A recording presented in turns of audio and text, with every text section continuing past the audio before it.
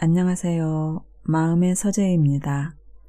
오늘 읽어드릴 책은 자폐 스펙트럼 장애는 뇌 기능 불균형이 문제다. 우리 아이 독특한 행동 특별한 뇌입니다. 지은이는 장원웅, 펴낸 곳은 전나무숲입니다. 스펙트럼 장애가 전 세계적으로 증가하는 이유. 스펙트럼 장애는 우리가 생각하는 것 이상으로 우리 곁에 가까이 다가와 있다. 특히 노산이거나 임신에 어려움을 겪고 가까스로 아기를 가진 예비 엄마들은 태어날 아기에 대한 기쁨과 기대감만큼이나 아기의 뇌 건강에 많은 관심과 우려를 동시에 가지고 있다. 불과 30년 전만 해도 자폐증은 1만 명당 1명 이하로 나타나는 비교적 드문 질환이었다. 그러나 그로부터 10년의 시간이 흐른 시점인 2000년대 초반의 연구에 의하면 10세 이하 어린이 중 150명당 1명꼴로 자폐증 또는 유사 질환이 나타나고 미국에서만 30만 명의 아이들이 자폐증, 아스퍼거 증후군, 발달장애 증상을 보이는 것으로 보고되었다. 또 미국 자폐협회에 의하면 미국 내에서만 성인을 포함한 100만 명 이상의 사람들이 전반적 발달장애를 앓고 있다고 한다. 이는 다운 증후군보다 5배 많고 어린이 당뇨보다 3배나 많은 수치다. 국내에서도 스펙트럼 장애를 알리고 치료하던 2000년대 초반에 비해 최근에는 ADHD, 틱장애, 뚜렛 증후군, 발달 지연, 자폐증과 같은 단어들이 더 이상 낯설지 않고 이를 대하는 보호자들의 태도도 달라지고 있다. 그때만 해도 별로 관심이 없고 내 아이와는 전혀 무관한 일로 생각된 스펙트럼 장애가 국내 유병률이 증가하면서 이제는 더 이상 남의 얘기가 아닌 내 얘기로 바뀌고 있기 때문이다.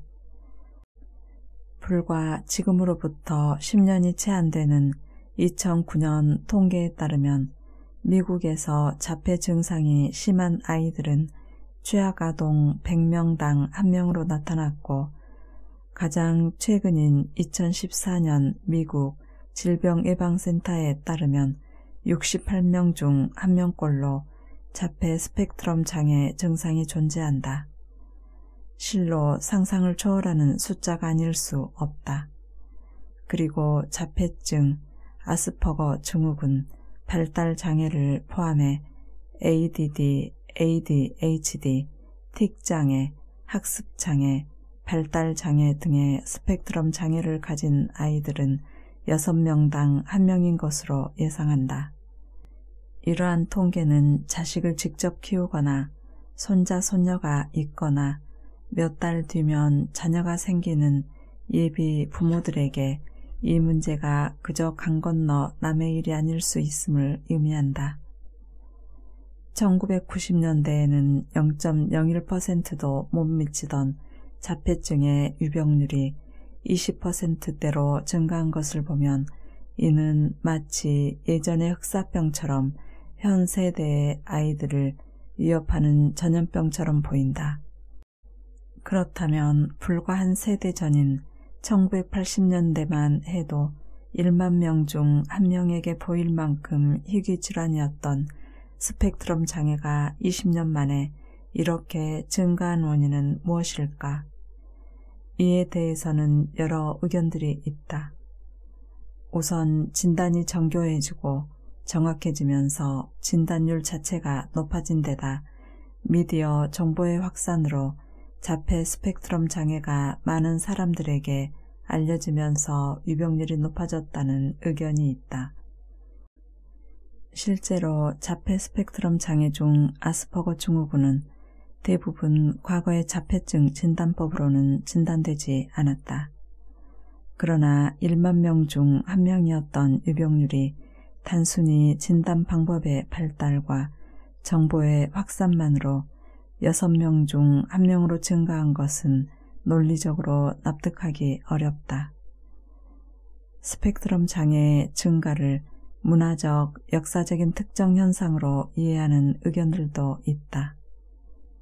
자폐 스펙트럼 장애의 유병률을 병리적, 환경적 관점에서 고찰한 여러 논문에서는 환경오염으로 인해 자폐 스펙트럼 장애가 폭발적으로 증가하는 추세라고 밝히고 있으며 틱장애, ADHD, 학습장애와 같은 질환들도 함께 증가하고 있다고 경고하고 있다.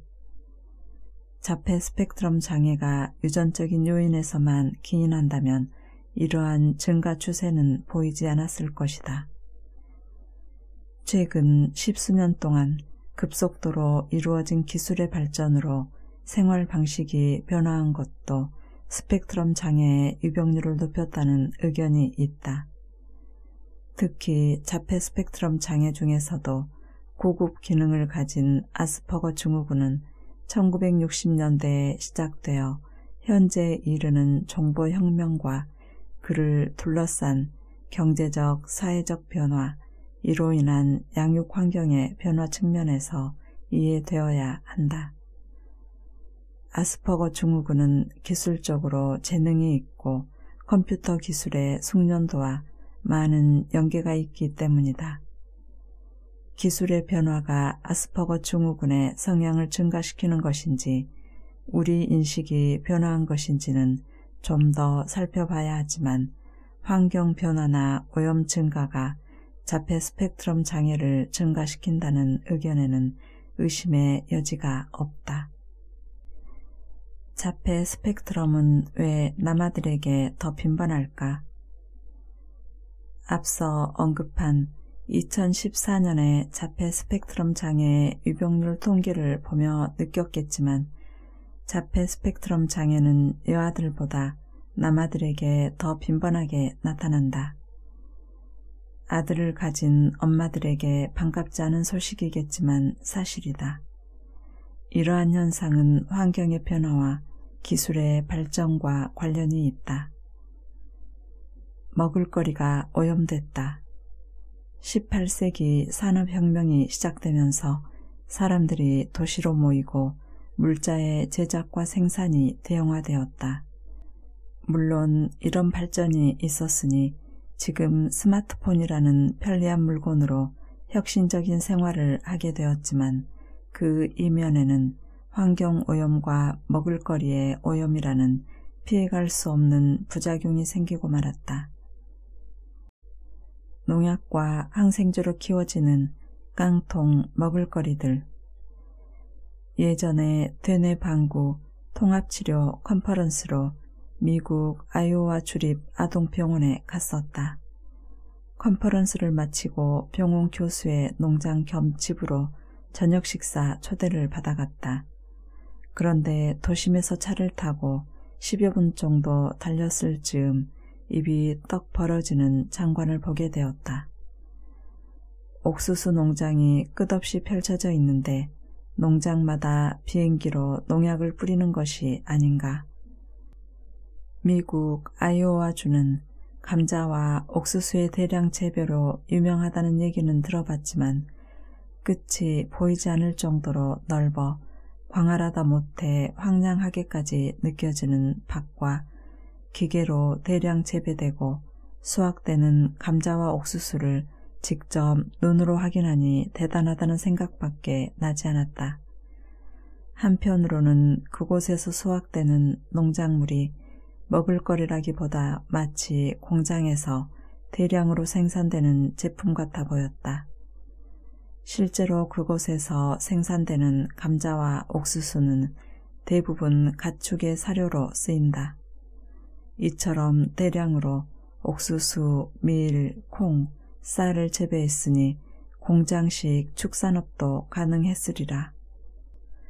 문제는 단위 면적당 재배량을 늘리기 위해 단일 품종을 기반으로 화학 비료, 농약을 쏟아 부으며 농사를 짓는다는 것이다. 단일 품종을 한 곳에서 오랜 기간 반복적으로 재배하면 그 땅에 함유되어 있던 영양소가 점점 고갈된다.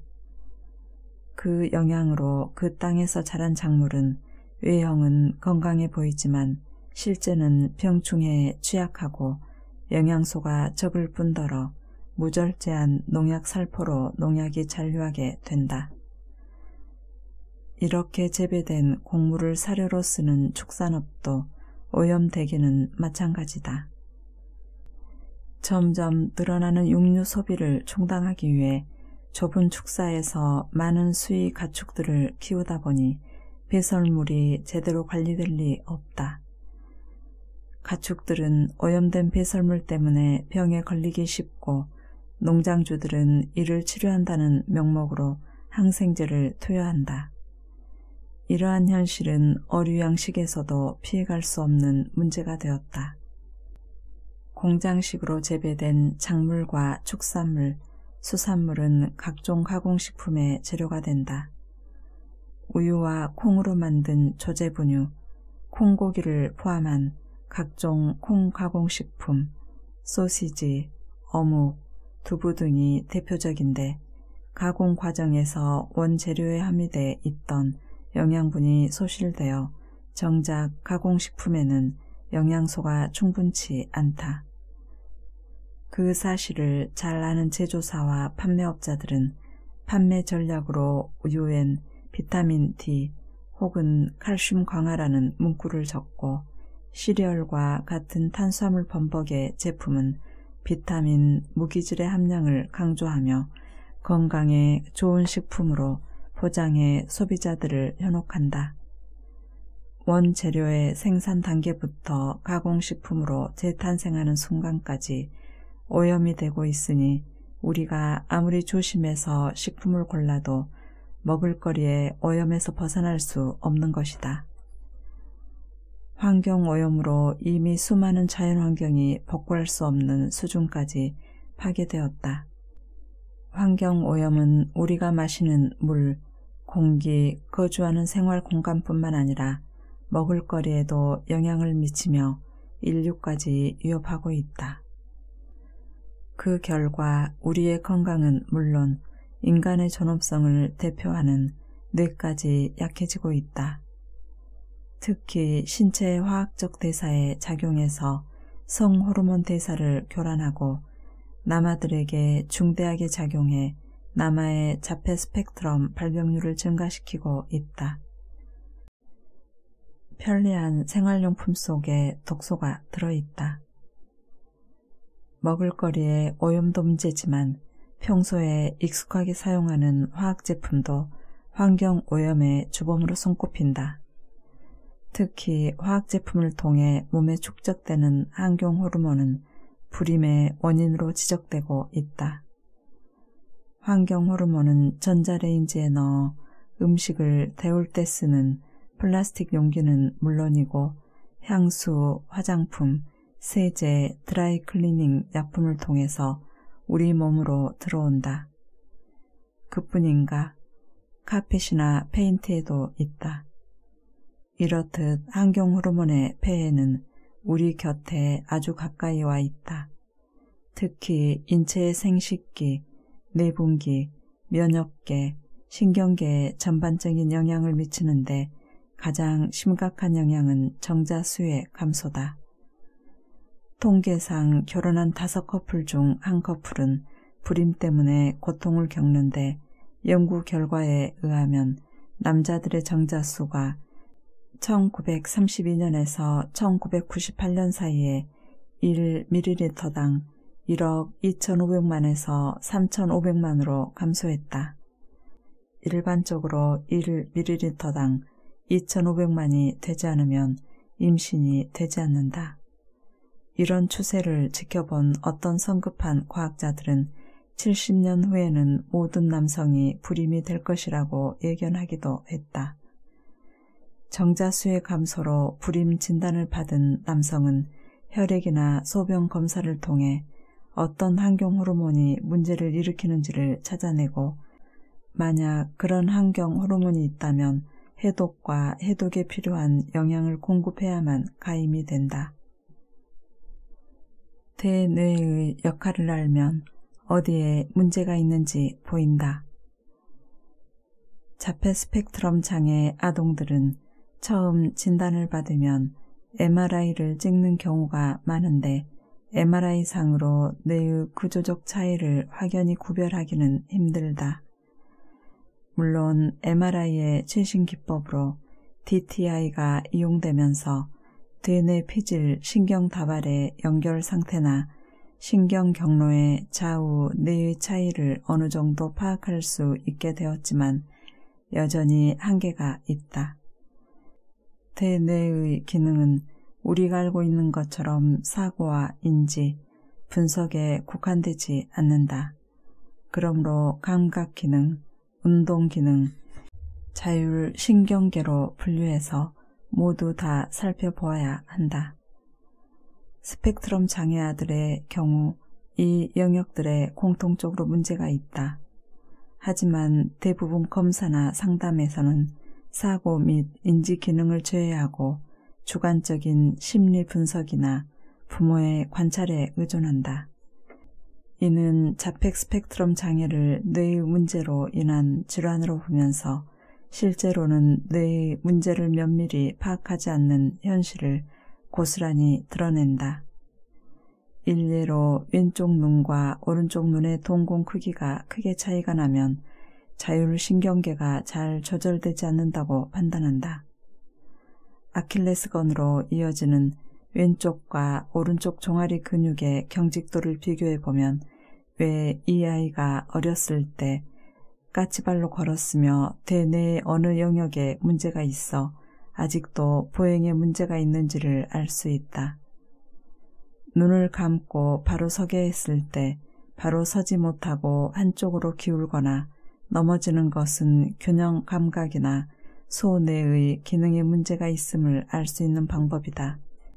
이처럼 좌우 뇌의 기능이 어떻게 다른지를 파악하는 것은 뇌의 기능 불균형 여부를 파악하는 출발점이다. 좌뇌와 우뇌의 역할.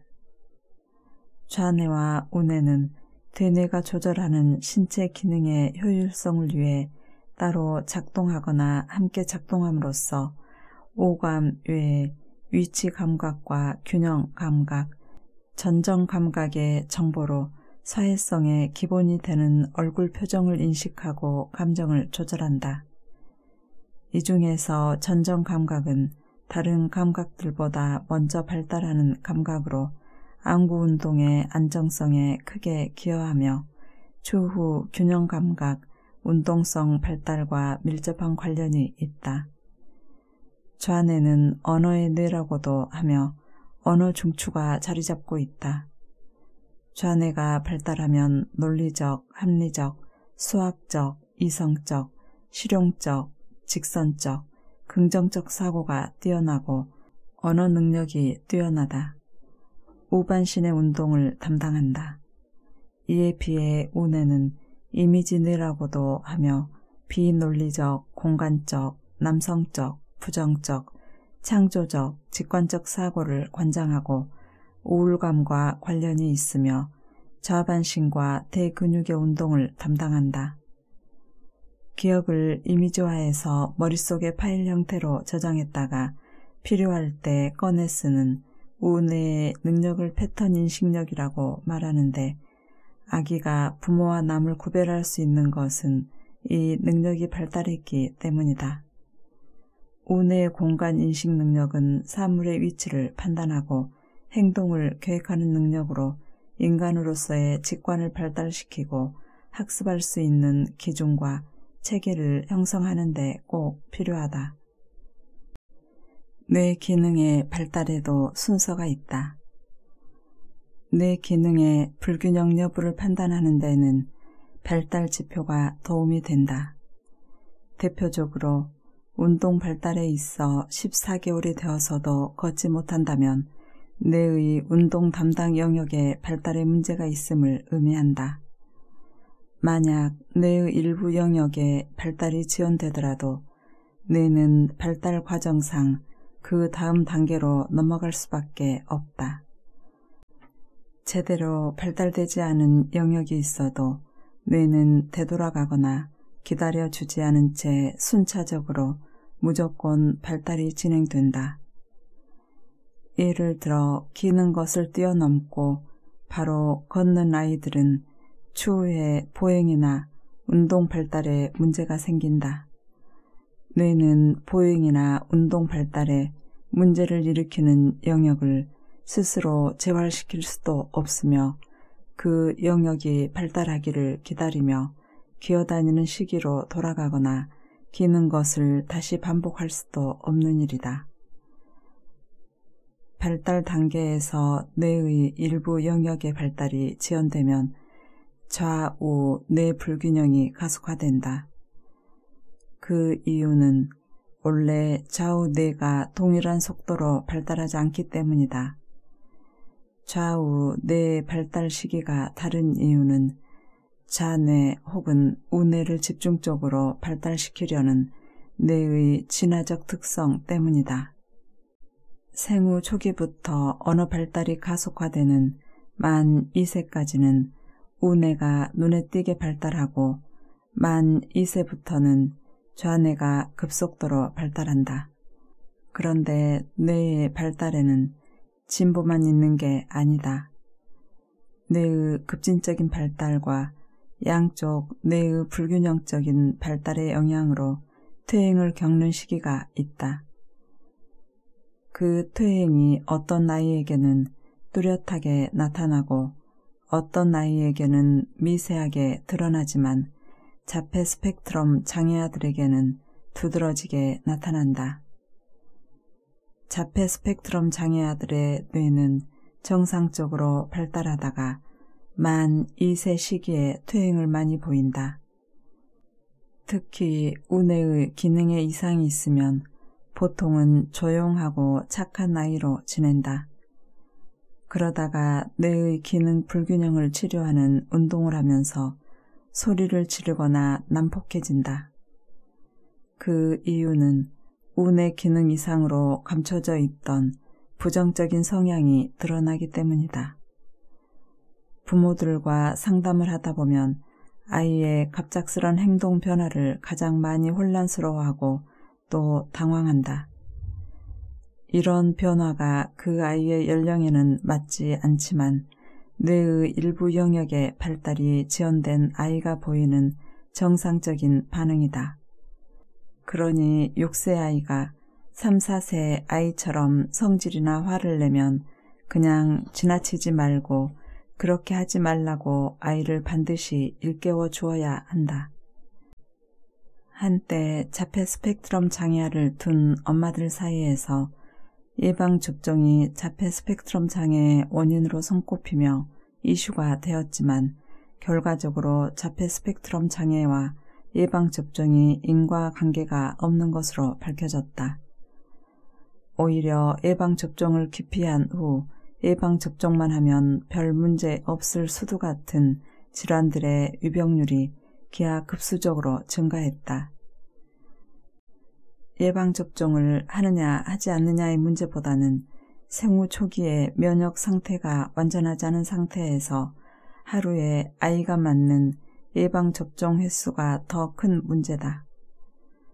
아이의 상태를 면밀하게 파악해 열이 있거나 컨디션이 좋지 않을 때에는 예방접종을 피하고 부모가 병원에 자주 가기 힘들다는 이유로 여러 가지 예방접종을 하루에 몰아서 하는 일도 없어야 한다. 의사들은 이에 따른 문제가 전혀 없다고 말하지만 이것은 어디까지나 환경오염이 심각하지 않은 과거의 일일 뿐이다. 실제로 임상적으로는 멀쩡하던 아기가 하루에 2-3가지 이상의 예방접종을 한 후 퇴행하는 경우가 많다. 예방접종은 아이가 건강할 때 간격을 두고 하는 것이 가장 이상적이다. 90쪽에서 91쪽의 발달 피라미드에는 뇌 기능의 발달 순서가 정리되어 있다. 피라미드에서처럼 말을 하기 위해서는 시각과 청각에 대한 주의력, 의미 파악 및 감정 부여 등이 먼저 이루어져야 한다. 언어 발달의 기본이 되는 청각 인지 능력이 향상된 후 옹알이와 같은 무의미한 소리를 내고 발음 기관을 조절하는 과정을 거쳐 언어 표현이 이루어지는 것이다. 이는 처음 걸음마를 하고 균형 감각을 익혀 걷고 뛰기까지의 운동 발달과 같은 현상으로 또래에 비해 운동 능력이 부족하면 말을 하기까지 더 많은 시간이 걸린다. 운동 발달과 감각인지는 생후 2~3년간의 뇌 발달 정도를 측정하는 중요한 척도가 되며 자아 형성과 사회성 발달에 많은 영향을 끼친다. 뇌의 발달은 한 단계 한 단계씩 뇌에서 프로그래밍된 순서대로 더디게 진행된다. 그러므로 이러한 순차적인 발달 과정을 무시하지 말고 발달이 덜 된 영역 때문에 다음 단계의 발달이 영향을 받는지를 항상 주시해야 한다. 예를 들어 자녀가 언어가 되지 않는다면 언어 습득에만 신경 쓸 것이 아니라 언어 능력이 발달하기까지 거쳐야 하는 뇌 발달 과정에서 부족하거나 미흡한 단계가 있는지를 살피고 그 단계를 충분히 발달시킨 후에 자연스럽게 언어가 발달되도록 기다려 주어야 한다. 사회성은 이론적인 학습이나 반복적인 연습으로 얻을 수 있는 능력이 아닌 비언어적인 의사소통 능력이다. 비언어적 의사소통 능력은 말을 하지 않아도 상대방의 감정을 알아차릴 수 있는 능력으로 뇌의 거울 신경세포 정상의 상태일 때 가능하다. 언어와 사회성은 언어치료나 놀이치료를 통해서 단기간에 좋아질 수 있는 것이 아니라 뇌 기능의 발달 단계에 맞춰 필요한 자극을 적절히 충족시켜 주었을 때 하위 단계의 기능부터 순차적으로 자연스럽게 이루어질 것이다. 자폐 스펙트럼 장애는 치료의 황금기가 분명 존재한다. 초기에 발견하고 아이의 증상과 원인에 따라 적절한 치료를 받을수록 예후가 좋으므로 계획을 세워 꾸준히 치료받는 것이 중요하다. 장은 제2의 뇌. 장에는 100조말이나 되는 균들이 포진하고 있다. 셀 수도 없이 많은 이 개체수는 체내세포의 수보다 10배 이상 많다. 장 내 균들은 우선적으로 장의 기본 기능인 소화와 흡수를 도와주고 외부 감염으로부터 인체를 보호하며 신체 대사를 활성화시킨다. 또한 장은 신체 면역의 70%를 담당하는데 신체 그 어느 부위보다도 면역세포가 가장 많이 존재한다. 뇌와 장이 신경계를 통해 연결되어 있고 환경 독소와 같은 이물질이 음식물을 통해 가장 많이 유입되기 때문으로 생각된다. 장에는 전체 신경세포의 절반 이상이 자리하고 있는데 척추와 뇌에 있는 신경보다도 장의 신경세포가 더 많을 정도다. 게다가 자체적으로 조절할 수 있는 별도의 신경 시스템이 있다. 이처럼 장은 자체 신경계를 가지고 정밀하게 조절되는 기관이기에 제2의 뇌라고도 불린다. 뇌와 장은 중추신경계와 개별적인 신경계를 통해 긴밀하게 연결되어 있고 환경 독소나 나쁜 음식물로부터 우리 몸을 보호하기 위한 시스템을 가동함으로써 뇌를 근본적으로 보호한다. 스트레스, 불안, 초조, 우울 등과 같은 부정적인 감정과 환경 독소들은 장 건강을 해치는 가장 큰 외부 요인들이다. 스트레스를 받으면 뇌는 장에도 이를 전달하고 뇌와 장의 긴밀한 공조가 깨지면 장은 스트레스로 인해 기능 조절에 이상을 겪게 된다. 뇌만 외부의 자극을 받고 반응한 것이 아니라 장도 그만큼 민감하게 반응을 하는 것이다. 필자는 병인을 진단할 때 장 건강을 뇌 건강만큼이나 중요하게 생각한다. 먹을거리가 오염되고 서구화된 산업사회에서 장 건강은 여러 질병의 원인들과 연결되어 있기 때문이다. 안타까운 점은 장 건강이 좋지 않은 사람들의 절반 이상은 자각 증상이 없거나 위장관과 관련된 증상이 있어도 의사는 위와 장의 국한에 접근한다는 것이다. 위장관의 소화, 흡수, 배설 기능이 본인의 의지와는 상관없이 뇌에 의해 조절되기 때문에 위장관의 소화, 흡수 기능의 문제를 뇌와 연관지어 생각해야 하는 게 맞는데도 말이다. 뇌 기능 불균형과 자율신경계의 역할. 아이들이 성장하려면 많은 영양소를 필요로 하는데 영양소의 소화, 흡수, 분배의 과정에는 자율신경계의 역할이 절대적으로 중요하지만 스펙트럼 장애 아이들은 뇌의 기능 불균형으로 자율신경계가 역할을 제대로 해내지 못한다. 자율신경계는 말 그대로 내가 신경 쓰지 않아도 자율적으로 조정되는 신경계로 연수나 뇌관 같은 뇌의 하단부에 집약되어 있으면서 뇌의 직접적인 조절을 받으며 호흡, 소화, 혈액순환 등 생존에 필요한 신체 기능을 조절한다. 다행인 것은 우리가 의식적으로 이를 조절할 필요가 없다는 것이고 불행한 것은 그렇다 보니 자율신경계에 문제가 생기면 파악하기 어렵고 설령 파악한다 해도 이를 어떻게 해결할지가 난감하다는 점이다. 뇌의 기능장애로 인한 자율신경계 불균형은 소화, 흡수, 순환에 관계되는 위장관의 장애를 불러온다.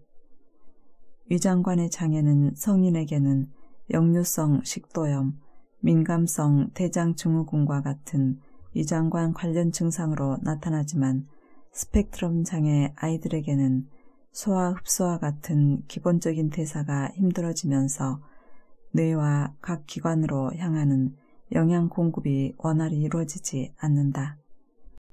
영양소의 부족한 공급은 테스토스테론과 같은 성호르몬, 세로토닌과 같은 신경 전달 물질에도 영향을 주어 뇌에서 조절해야 하는 기능의 문제를 일으키고 감정 조절도 잘 안 된다.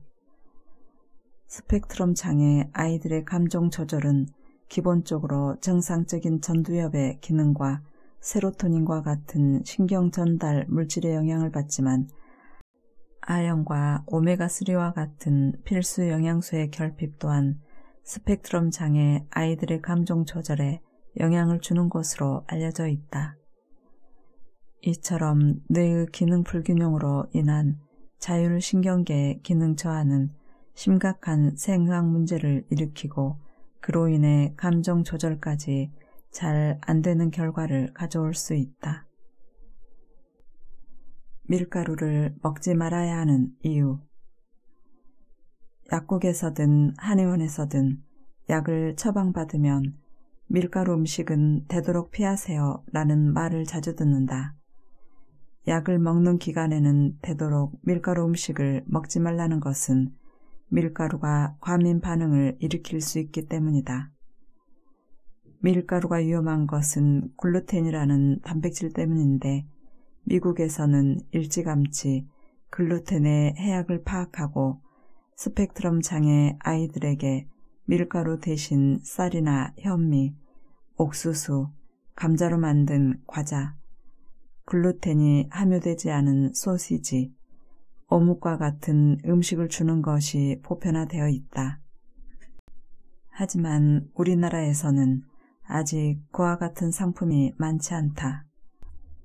혹시 마트를 다니다가 글루텐 풀이라는 문구를 보더라도 반가운 나머지 덥석 집어서 쇼핑 카트에 넣는 성급한 행동은 하지 않기를 바란다. 쇼핑 카트에 넣기 전에 포장지 뒷면에 적혀있는 원료명 및 함량을 보기를 권한다. 대부분 이런 제품들에는 전분이나 별도의 글루텐이 포함되는 경우가 많다. 글루텐은 들어있지 않지만 알레르기를 유발하는 옥수수를 주 원료로 하는 제품들도 있으니 주의해야 한다. 글루텐 프리. 최근 글루텐에 대한 해악성이 강조되면서 글루텐이 함유되지 않은 식품들이 쏟아져 나오고 있다. 그러나 이 제품들 중에서도 특히 밀가루 없이 옥수수나 보리 등이 포함된 질 낮은 글루텐 프리 제품들은 조심해야 한다. 옥수수는 GMO로 인해 알레르기를 유발하기 때문이다. 글루텐 대신 쌀이나 현미가 첨가된 제품들을 찾자. GMO 밀, GMO 글루텐은 우리 몸엔 외부 독소. 밀은 조상들이 수천 년 동안 먹어온 안전한 곡류로 알려져 있다. 그런데 왜 갑자기 밀을 빻아 만든 밀가루가 위험하다고 하는 것인가? 미국인을 포함한 서양 사람들이 주식으로 먹는 밀을 먹지 말라니. 앞에서 말했듯 밀가루는 대표적인 GMO 식품이며 글루텐이라는 단백질을 함유하고 있다. 밀의 글루텐 함량은 불과 100년 전만 해도 요즘의 절반 수준에 지나지 않았다. 요즘 밀의 글루텐 함량이 높아진 이유는 단순히는 상업적인 목적 때문이다. 서양에서는 오랜 기간 동안 꾸준한 품종 개량을 통해 밀의 글루텐 함량을 계속 높여왔다. 글루텐이 많을수록 더 쫄깃한 면을 만들 수 있고 더 바삭한 과자를 만들 수 있기 때문이다. 그러기까지 밀 종자는 최근 40에서 50년간 많은 유전적 변화를 거쳤는데 병충해나 자연재해에 잘 견딜 수 있도록 강화되어 단위 면적당 생산량이 무려 40배까지 크게 늘었다. 예전에 경작을 해서 재배한 밀들은 길이가 1m가 좋게 넘었지만 현대의 농법으로 대량 재배된 밀들은 길이가 그 절반이 채 되지 않는다. 육종 개발과 질소 비료의 사용으로 이삭이 거대해지면서 큰 키의 줄기가 구부러지자 줄기의 길이를 줄이는 작업을 추가로 했기 때문이다. 결과적으로 밀은 유전자 조작이라는 과정을 통해 가장 강한 한 가지 품종이 전체 밀의 99%를 차지하게 되었고 글루텐도 다양해졌다. 상업적으로는 성공을 했지만 교배를 통해 새롭게 만들어진 밀의 글루텐 유전자는 체내에서 위험인자로 인식되어 면역 시스템을 발동시키고 알레르기 반응과 염증 반응을 일으키게 되었다. 글루텐이 일으키는 부작용, 갑상선 기능 저하증, 셀리악병. 밀이 유전자 재조합 과정을 거치면서 생긴 가장 큰 문제점은 글루텐의 함량이 증가된 것이다. 그러나 우리 몸은 글루텐을 수은, 알루미늄, 납처럼 일부 독소로 인식한다. 빵, 과자, 음료수처럼 밀가루나 설탕이 많이 들어간 음식을 먹으면 글루텐으로 인해 면역이 지나치게 활성화되어 소장의 산모 조직이 망가지는 셀리악병과 같은 질환들이 생기는데 이로 인해 영양소 결핍이 시작된다. 특히 셀레늄의 흡수가 저하된다.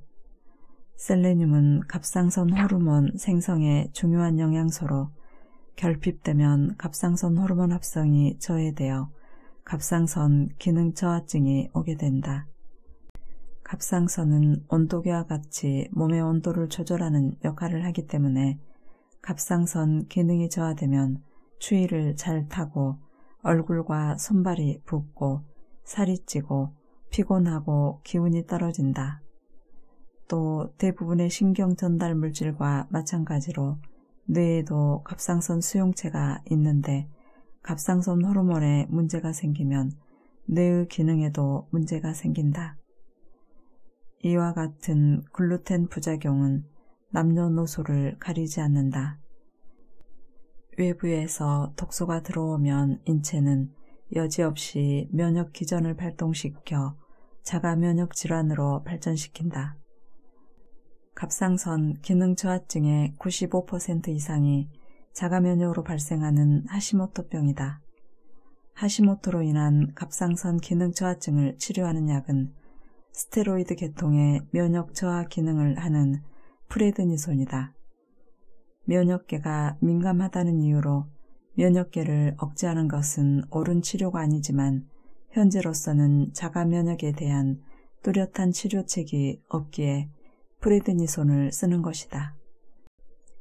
일반인 5명 중 1명은 어떤 형태로든 자가 면역 질환으로 고통받고 있으며 그 환자들 중 대부분이 여성이다. 미국의 경우 전체 인구의 10%에 육박할 정도다. 갑상선 기능 저하증보다 더 흔한 자가 면역 질환은 만성염증의 원인을 제공하는 장 관련 질환이다.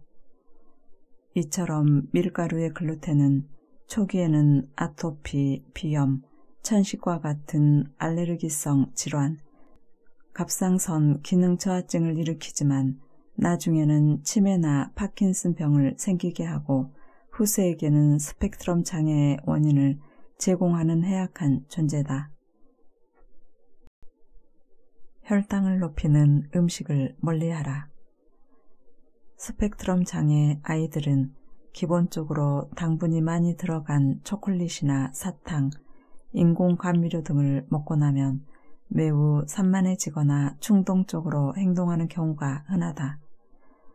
정제된 당분은 몸속에 들어가면 독소가 될 수 있다. 밀가루를 예로 들면 이미 곱게 정제를 해서 입에 들어가면 씹을 것도 없이 부드럽게 목으로 넘어가 쌀보다 소화가 잘 될 것 같다. 실제로 소화 흡수가 너무 빠르다 보니 밀가루 음식을 먹고 나면 금방 혈당이 올라가면서 인슐린이 지나치게 분비된다. 인슐린의 지나친 분비는 체내 지방 및 콜레스테롤을 축적시키는 것은 물론 인슐린의 기능을 떨어뜨리는 인슐린 저항성을 발달시키고 결국 당뇨, 고혈압, 고콜레스테롤, 심장병, 비만을 유발한다.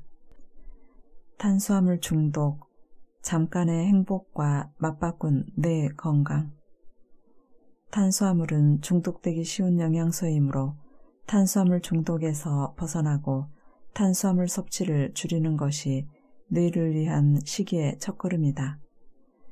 탄수화물 중독이란 탄수화물을 섭취한 뒤에 느껴지는 심리적 안정감과 포만감 때문에 지속적으로 탄수화물을 찾는 현상을 말한다. 점심에 탄수화물 중심의 식사를 하고 식곤증이 몰려온다면 탄수화물 중독이라고 보면 된다. 정제된 탄수화물이나 단순 탄수화물은 뇌에도 몸에도 좋지 않다. 지방 과다 섭취가 원인인 줄 알았던 비만이 실제로는 탄수화물 때문이라고 한다. 탄수화물은 몸 안에 들어가면 모두 당이 된다.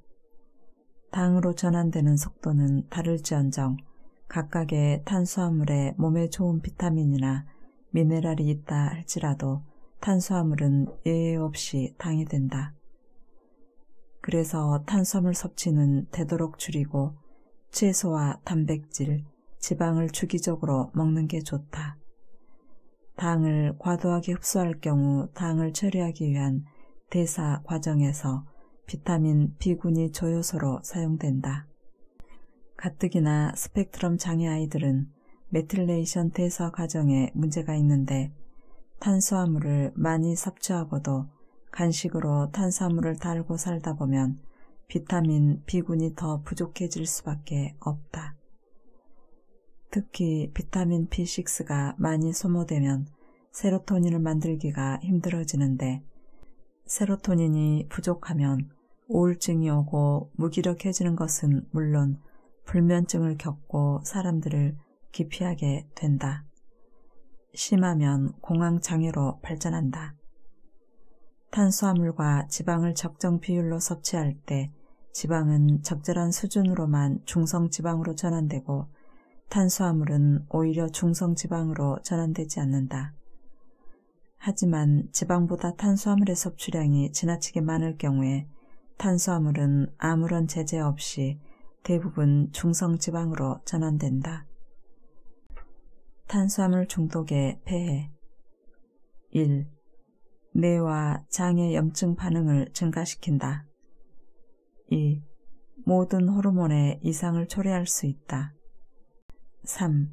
혈당 조절이 어려워지고 인슐린 저항성이 증대된다. 4.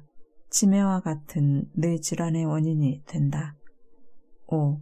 내장 지방이 증가한다. 함께 해주셔서 감사합니다.